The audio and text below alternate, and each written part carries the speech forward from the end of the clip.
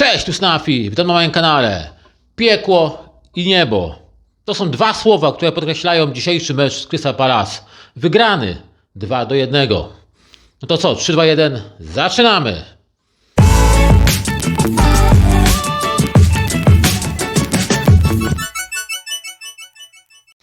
A więc tak powiedziałem, mecz wygrany 2-1. Piekło i niebo. Dlaczego? Ano dlatego, że pierwsza połowa tandeta, paździerz, druga znacznie lepsza. W pierwszej połowie, jakbyśmy jeszcze nie obudzili się z tego letargu i gdzieś przenieśliśmy mecz z Evertonem do Londynu. I gdzieś tą całą pierwszą połowę kontynuowaliśmy to, co źle robiliśmy w meczu u siebie z Evertonem. Błędy, chaos, niedokładne podania. Mówię, gdzieś te wszystkie zagrania w pole karne były w chaosie. Nasz najlepszy napastnik w pierwszej połowie, Casemiro. Casemiro był naszym najlepszym napastnikiem. Nie bójmy się użyć tego słowa. Napastnik, jeśli chodzi o Casemiro. Bo to był jedyny zawodnik, który zagrażał w jakikolwiek sposób drużynie Crystal Palace. Miał tam sytuację w pierwszej minucie, miał tam później jeszcze sytuację z główki. Także no on był tym najgroźniejszym zawodnikiem. Natomiast nasza obrona to była jakaś komedia. To była jakaś komedia w tej pierwszej połowie. De Ligt gdzieś tam się ślizgał. Musiał sytuację ratować show później. Joro. Ludzie złoci. No po co? Po co on tam go faulował? To jeszcze nie był moment na faulowanie. On dopiero wchodził w to pole karne. Tam jeszcze stał przed nim De Ligt. Gdzieś tam później było widać. I także jeszcze on by mógł spróbować go powstrzymać. Po co go faulował? Wiadomo było, że będzie karny. No i był ten karny, tak? I był ten karny, gdzie tutaj wśród wielu kibiców są kontrowersje. Już czytałem to i sam też mam taką kontrowersję, gdyż no, głupota przepisów, jeśli chodzi o FIFA, jest naprawdę, no to sięga zenitu. Tak naprawdę. Powtórzony karny. Ktoś, kto strzela źle karny, wykonuje źle rzut karny, powtarza karny. No tak nie powinno być. To nie powinno mieć miejsca. Jeśli ty wykonujesz rzut karny i źle go technicznie wykonałeś, no to nie ma bramki, tak? Nie ma bramki i bramkarz dostaje piłkę i ją wykopuje. Tak powinno być w normalnym świecie. Dlaczego? No dlatego, że jeśli staje fragment i mamy wyrzut piłki z autu, jeśli źle wyrzuci piłkę z autu jedna z drużyn, to ta drużyna nie powtarza tego, tak? Tylko druga drużyna przejmuje rzut z autu. Natomiast przy karnych jest widać inaczej. Przepisy się zmieniły. Natomiast nie zmieniły się na lepsze, a zmieniły się na, nie chcę powiedzieć jakieś gorsze, ale na bezsensowne, nie mające kompletnie logiki w tym wszystkim. No ale nie będziemy się kopać z koniem, bo no wiecie, to nie ma sensu. Oni tak sobie ustalają i tak musi być. No i cóż, mam powtórzony karny, po raz drugi Mateta zdobywa bramkę, no i zaczynają nas cisnąć. I tutaj mieliśmy dużo szczęścia, że nie straciliśmy drugiej bramki tak naprawdę. Dużo mieliśmy szczęścia w tym wszystkim. No i ta połowa, mówię, chaos, jeszcze raz chaos, jedna wielka komedia. Ani tam Kuzyn nie pomagał, Amas też wyglądał słabo po prawej stronie. Nasze skrzydła jakoś nie zagrażały, a wystarczy popatrzeć na Crystal Palace, który grał tą samą taktyką, którą my gramy, tak, tym samym ustawieniem. No i tam to jednak hulało znacznie inaczej. No i gdzieś tutaj następuje cud, wiecie. Mamy przerwę, po przerwie wychodzi zupełnie inna drużyna. W sensie mamy inne zupełnie nastawienie do meczu. Jesteśmy bardziej pewni siebie, bardziej agresywni, szybsi, dokładniejsi i przede wszystkim, co najważniejsze w tym wszystkim było, oddajemy celne strzały na bramkę. No ta bramka z Dirksa naprawdę ładna i wiecie, z takiego ostrego kąta, no rzadko takie bramki się ogląda, bardzo dobre zagranie Bruno Fernandesza. No i tym, można powiedzieć, strzałem, tą bramką Zirkse gdzieś się uratował troszkę w moich oczach. Przynajmniej na dzień dzisiejszy, przynajmniej do następnego meczu. Gdyż po pierwszej połowie to on wyglądał fatalnie i ja już miałem dla niego ksywkę przygotowaną i myślałem, że jak to nie pójdzie w dzisiejszym meczu, tą ksywką go będę obdarzał, tym nickname'em. A mianowicie była to ksywka Pinokio. Bo tak jak on był drewniany w tej pierwszej połowie, to po prostu przekracza ludzkie pojęcie, że niby tak techniczny zawodnik może być tak drewniany jednocześnie. Natomiast druga połowa uratowała go, bo i strzelił tą bramkę i później był też bardziej aktywny, bardziej waleczny. Później też sprytne zagranie przy drugiej bramce Bruno Fernandesa, króciutkie do Mounta. Mount sprytnie uderza po ziemi przy krótkim rogu, przy słupku. Przy, no też, no powiedzmy, błędzie bramkarza, ale to już nie jest nasz problem, tak? Henderson tam swoją cegiełkę w tym dołożył, ale to nie jest nasz problem. Naszym zadaniem było celnie uderzyć na bramkę i dać pomylić się bramkarzowi i to miało miejsce. Dzięki temu strzeliliśmy 2 bramki, dzięki temu wywozimy 3 punkty z Londynu. I to jest bardzo ważne. To jest naprawdę bardzo ważne, bo myślę, że po takim meczu jak Everton mało kto liczył, mało kto się spodziewał, że jesteśmy w stanie zdobyć 3 punkty i strzelić 2 bramki. Jeden z najlepszych obron w Premier League w tym sezonie.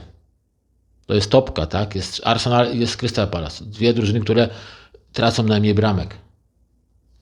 Dlatego druga połowa to są uznania dla zawodników, że jednak się podnieśli i dali radę. Natomiast pierwsza połowa, jak już powiedziałem, to są... To tam by trzeba było 3/4 drużyny wybatorzyć, że tak powiem. Wybatorzyć ich za to, jak grali. Nie wiem, może odbiło się jakieś w szatni batorzenie. I dzięki temu ta druga połowa wyglądała dobrze. Natomiast też jeszcze muszę podkreślić, jeszcze wciąż jest dużo takiej nutki samolubności wśród niektórych naszych graczy. Jak chociażby sytuacja Mbumo, gdzie tam mało się nie zderzył z Zirkse, no i strzelał na bramkę. Mógł tą piłkę spokojnie podać. Amada Diallo, on tam był na czystej pozycji praktycznie. Prawdopodobnie byłaby z tego bramka. I to by uspokoiło ten mecz. Natomiast tak się nie stało. Mbumo sam strzelał i oddał dość fatalny strzał. Ale jest zawodnikiem ofensywnym. Miał piłkę w polu karnym, więc strzelał na bramkę, tak? Jak masz piłkę w polu karnym, musisz też szukać strzału na bramkę. Czasem mam pretensję, że właśnie zawodnicy nasi za dużo podają, a za mało strzelają, więc tutaj akurat strzelił.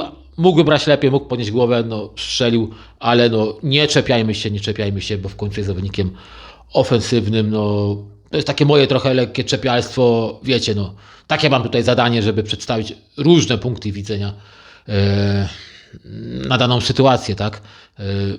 Także ogólnie rzecz biorąc, docenimy to, że mamy 3 punkty, że pokonaliśmy naprawdę niełatwego przeciwnika w tym sezonie, Crystal Palace. Druga połowa odpaliła. Na pewno słuszną zmianą było ściągnięcie Joro, który w pierwszej połowie sobie nie radził, miał tego karnego, i plus w zeszłym meczu też sobie nie radził, też popełnił błąd, też straciliśmy bramkę. Także 2 bramki na jego konto. I wiecie, to akurat było słuszne i Mazraoui od momentu zmiany naprawdę wyglądał dużo lepiej, był bardziej aktywny, jeśli chodzi o granie z przodu. Co może jeszcze cieszyć po tym meczu? Na pewno powrót Martineza. Nasz rzeźnik wraca na boisko. I to jest na pewno duży plus. Na pewno będzie mu ciężko wskoczyć do pierwszego składu, bo musiałby wejść w miejsce Shaw'a, a Shaw całkiem nieźle wygląda ostatnio. Natomiast wrócił i to już jest jakiś plus w tym wszystkim. Nie wiem, może mu znaleźć nową pozycję, może trzeba przesunąć na wahadło, a Martineza dać do środka. Wiecie, może coś takiego. Nie wiem jeszcze, co by tam jeszcze można wymyślić. On kiedyś też grywał jako defensywny pomocnik przecież. Może kiedyś jak będzie taka sytuacja, tango wystawić, jak będziemy zmuszeni. Nie wiem, na razie cieszmy się z tego, że wraca pomału na boisko, wraca do gry, a później będziemy myśleć co i jak z ustawieniem, tak? Także tu jest na pewno duży plus dla nas wszystkich, dla kibiców, dla drużyny, że Martinez wraca po kontuzji. To, co nas nie cieszy i co muszę wrzucić kamyczek, a nawet bym powiedział cegłę do ogródka Amorima, to jest brak stawiania na młodych. Jeden młodziutki zawodnik na ławce. Nie licząc Heavena, który tam już w zeszłym sezonie grywał, ale w tym sezonie obecnym z Akademii jeden zawodnik, naprawdę.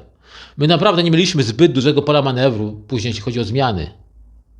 Był Majnu i tyle, tak naprawdę z takich ofensywnych. Kto jeszcze? Nie było tam, tak? Nikt, był ten młody zawodnik, tak, który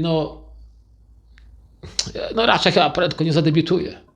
Jeśli to nie będą jakieś mecze pucharowe, a na razie się nie zanosi, dopiero mamy w styczniu tam FA Cup, no to wiecie, no to kurczę, no, na razie to się nie zanosi na to, że jakiś młody zadebiutuje. I tu jest ten mój kamień właśnie, ten głaz, ta cegła w ogródku Amorima, że on sobie nie przygotowuje zawodników. To jest ta cegła. Na co on liczy? Na co on liczy? Przecież wiemy, że niedługo będzie Puchar Narodów Afryki. Kilku naszych zawodników wyjedzie. I kim my będziemy grać? Kto będzie zastępował tych zawodników? Kto będzie siedział na ławce, będzie wchodził i będzie starał się odwrócić losy meczu, jeśli my tych zawodników nie przygotowujemy? Nie dajemy im się ograć z pierwszą drużyną. Nawet te 10 minut by coś dało.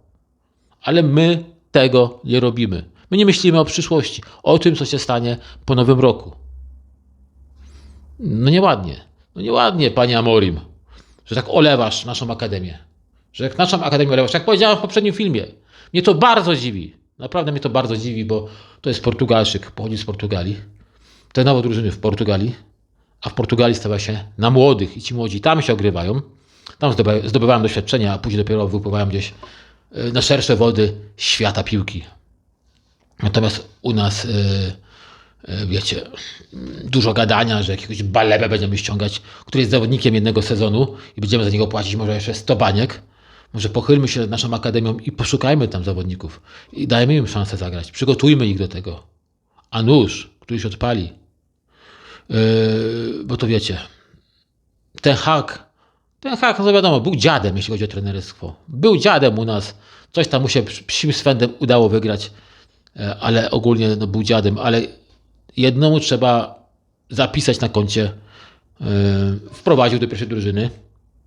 No i też wiadomo, dzięki temu też do reprezentacji Anglii, Kobiego Mainu. Natomiast Ruben Amorim jest z nami od roku i jeszcze jakiegoś takiego swojego projektu, swojego zawodnika nie ma, na którego by stawiał, którego by wprowadzał do pierwszej drużyny. No i dzisiaj tego po raz kolejny brakowało. Brakowało tego, żeby kogoś tam w końcówce wpuścić. No i cóż, no tak to jest, ale cieszmy się z 3 punktów. Tutaj dzisiaj wiele nie narzekajmy, bo mówię, to i tak ta wygrana 2-1 jest miłym zaskoczeniem, myślę, dla wielu kibiców Manchester United. Także no, ja się cieszę z 3 punktów. Czekam na kolejny mecz. No co, liczę, że w końcu Kuna wróci do nas, no bo bez niego ta ofensywa naprawdę momentami kuleje, momentami naprawdę bardzo kuleje. Także kończymy na dzisiaj. Jeśli wam się podobało, zalajkujcie, subskrybujcie, jeśli tego nie robicie, a podoba wam się to, co robię, moje filmy pomeczowe, czy moje filmy na temat Manchesteru, tak ogólnie, no to powtórzę jeszcze raz, subskrybujcie, bo to gdzieś pomaga ten kanał rozwinąć, gdzieś pomaga to wszystko pchnąć do przodu, te wszystkie algorytmy. No i co, piszcie w komentarzach, czy wierzyliście po pierwszej połowie, że możemy to wygrać? Ale tak szczerze, wierzyliście? Trzymajcie się, na razie, hej!